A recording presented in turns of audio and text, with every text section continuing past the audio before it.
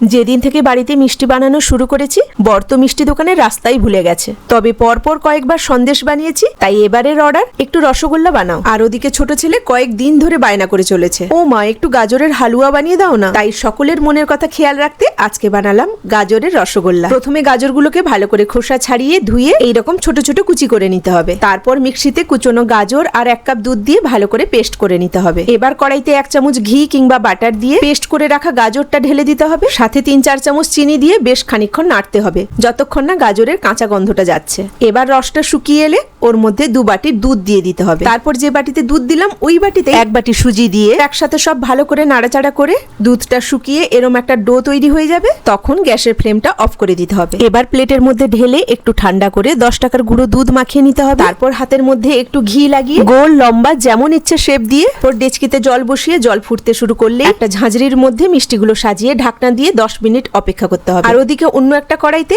1 বাটি চিনিতে 2 বাটি জল দিয়ে ফুটিয়ে চিনির রসটা রেডি করে নিতে হবে। এবার 10 মিনিট পরে ঢাকনা তুলে মিষ্টিগুলোকে সোজা রসের মধ্যে দিয়ে ঢাকনা দিয়ে 1 ঘন্টা রেখে দিলেই তৈরি হয়ে যাবে গাজরের রসগোল্লা। একজনের দরকার ছিল রসগোল্লা, আরেকজনের গাজরের হালুয়া। এখন দুইয়ের মাঝামাঝি এই মিষ্টি পেয়ে দুজনেই খুশি। আর আমার খুশি, খেয়েও তৃপ্তি, খাইয়েও তৃপ্তি।